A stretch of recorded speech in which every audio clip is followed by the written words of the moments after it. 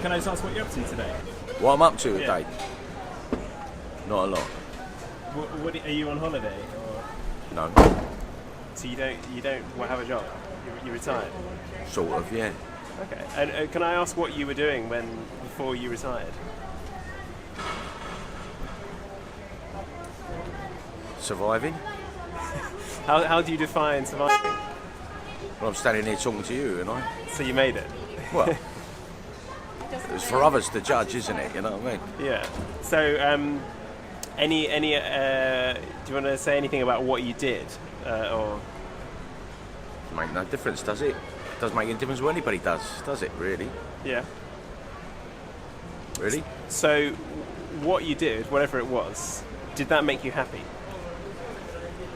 Well, it's a nonsense concept anyway. Happiness, isn't it? You know what I mean? Doesn't exist, does it? So you wouldn't say you're happy? Well, I kind of already answered it. I sort of just don't believe in it. I think it's just nonsense. It's just a made-up concept, isn't it? Happiness. Well, it's just something advertising sells you. Yeah. Basically. So it's just there to kind of sell products. Well, the concept of it is, yeah, and also to make people feel safe when there's no need to feel scared anyway.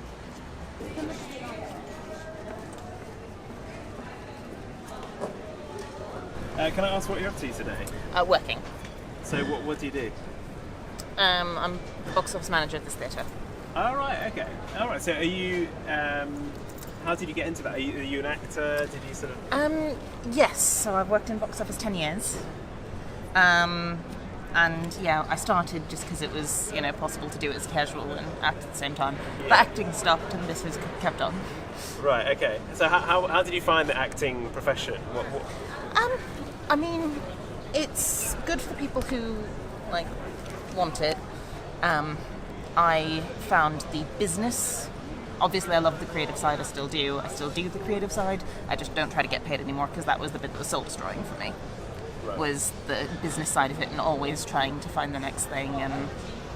Yeah. So it wasn't. That's not a criticism of the industry so much, but it works for some people's characters and not for mine. Right. What sort of people do you think that kind of profession works for? Something about true go-getters, people who are networking by nature, just schmoozers. It sounds terrible when you say it that way, but in the best sense, people who are just happy to kind of always be kind of looking for the next thing and trying something and that sort of thing. So when you stopped acting, was there something else creative that took up that space for you? I mean, that's what I say. I still do it. I act, I direct. I just don't try to get paid for it because I get paid elsewhere, and that's the kind of difference. Is that I no longer consider it a failure if I'm not getting paid for it. I can just do it for my own love of it. I'm a film critic, so I'm off to a film screening tonight. Ah, right, okay. How did you find yourself as a film critic? Just emailed around, and about 3 years ago, got lucky, and someone gave me a chance, which was always quite nice. What sort of film is your kind of favourite? 70s European kind of films like Herzog and Fassbinder. That's been my big thing. But other than that, lots of new wave, Agnes Varda, that sort of thing. That's my. Why do you think that particular type of film? I blame film school. Yeah. I was at film school, then I realised I loved watching all that stuff, so I just stuck with it and ended up watching as much as I could. Is film school? What's that like? Oh, it was useless. It was like £50,000 to watch some films and learn how to write a script, which you can just read. I'm not sure I hold with this concept of happiness, you know what I mean, and everybody has to be happy. It doesn't mean everybody has to be sad, but then, if I don't believe in one, I don't believe in the other. So would you say then the goal is to kind of be at peace then? Yeah, well, it's got to be neutral, isn't it? Neutral, yeah. Make as less fuss as possible, just get on with whatever you're getting on with. Don't get in anybody's way. How do you find neutrality in your life? It's easy. I mean, we live in one of the best cities in the world. I mean, what have we got to complain about? What have we got to be sad or happy about in that matter? Just get on with it, really. So you think then the key is... London attitude is, just move, go with the flow. So the key is then to change your mindset to be grateful for what we have, as opposed to seeking anything. Yeah, I mean, as soon as it's the old saying, isn't it? As soon as you start looking for something, you're never going to find it. But it's the nature of looking for it.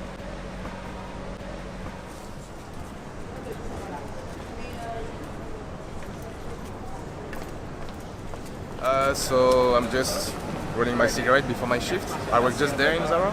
Okay. Yeah, so it's gonna be a long day because it's the sales. It's gonna be busy, and Yeah. I'm gonna do overtime for sure.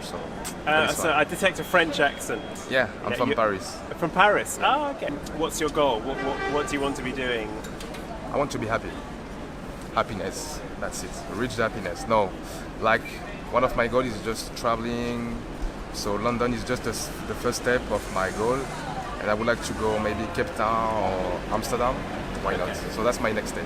Do you have a vision for the future that is like a dream for you? Do you think? For me, I see myself with my wife, with my little family, next to the beach, and yeah, just enjoy my life easily. The simplest things in life. That's it.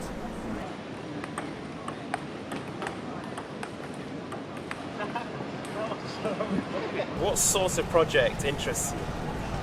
I like working with a group of people who I've worked with before, really building that kind of sense of community and as a project, and really having that trust within a group of people to be able to put something on and find something new to say. And So it's about, for you, collaboration. the pleasure is in collaborating with people. So it seems for you like the drive seems to be about being with other people.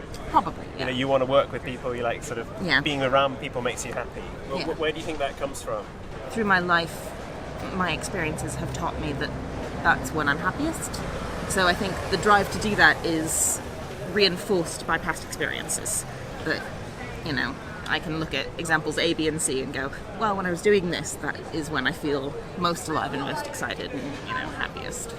Is there one event in your life that's brought you the most happiness? One event, no. I mean, there is, again, just a kind of continual thing. There's a group that I'm part of that in Leicester and Wolverhampton, they do basically quick-fire theatre festivals, and it's insane because basically in 24 hours plays are written, produced, performed, and obviously it's insane, but just everyone is there so happily to just for the sheer joy of it and the sheer joy of creating something that is so ephemeral. It's going to be gone tomorrow. It's only there for that day and then it's gone. But it's just the sheer joy of working together to create something. And yeah.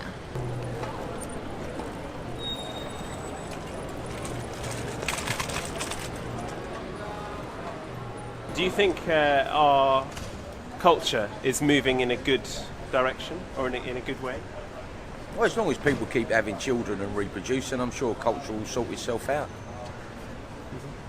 You know, I think we've probably caused enough problems as it is. Human beings, really. Maybe give the fish a chance, eh? That's your slogan, give fish a chance. Yeah, you know what I mean? Who knows, give anything else a chance. I don't know, you know what I mean? Give somebody else a chance. I suppose, you know, the thing is about, you know, it's about reproduction, isn't it? Everything is. Apart from reproducting these things all the time, you know what I mean? Another one of them, another one of them, another one of this, another one of that. But more people would be good. So you think... I don't see anything wrong with people. So you think ecologically, perhaps, we're not quite in a good direction? Well, the balance will strike itself, won't it? The hammer will come down one day. Let's I say... don't believe in divine intervention and all that nonsense, but I do believe in the balance of things. There is a balance, there is always a... And for good or bad, or happy or sad, the balance is struck, sooner or later.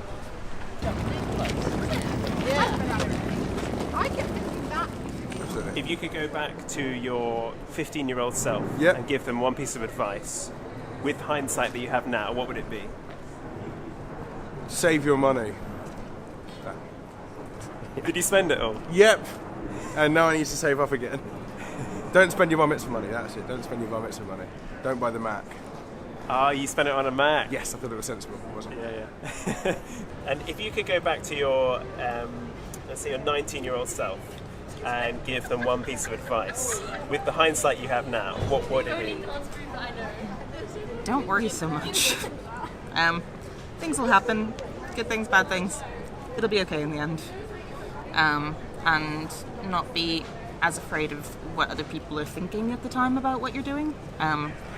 Like, if people have a bad opinion and you think it's valid, pay attention to that.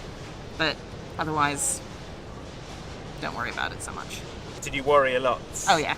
I mean, I still do. Like, you know, it would be something I'd say also to my 32-year-old self. Like, you know. Don't worry so much. Don't worry so much, yeah. Why is that, do you think? I mean, again, if the notion is that I really care about working with other people, the hindsight of that is that you care what other people think a lot, and you don't want to disappoint anyone or hurt anyone or anything like that. So it's part of the flip side of that, but also sometimes you need to just let it go. So if you were to go back to your 16-year-old self and with hindsight give him one bit of advice, what would you say? Throw yourself in a river with a big lead weight and don't waste anybody's time, you know what I mean? Did you waste people's time? Well, I'm sure everybody's wasted people's time, haven't they, you know what I mean? And it's, 16 for God's sake. Can't imagine it now, but I've had children, they've grown up. I've seen the second versions of me and other progeny, you know, it's like... I don't know who said it once, you know... It wouldn't have been Oscar Wilde, but I don't know. It might have been Mark Twain said that's the tragedy. You know what I mean? You know, as being a father, especially having sons. If you have sons, every fault in you is magnified in them. You know, so the least you can do by that is realise, you know, what an idiot you were when you were 16, instead of criticising them for being idiots at 16. You know what I mean? So do you find that going through parenthood has given you a bit more sort of empathy? Well, yeah, I mean, on the idea that you have to stop worrying sooner or later, and as long as they've survived and they're healthy, that's all you can really wish for. But yeah, I'll tell you what, there you go. If you want to define happiness, it's in your children. You know what I mean? To see them happy, if they seem to be happy, whatever that means, then I'm happy. You know what I mean? Do you have any regrets?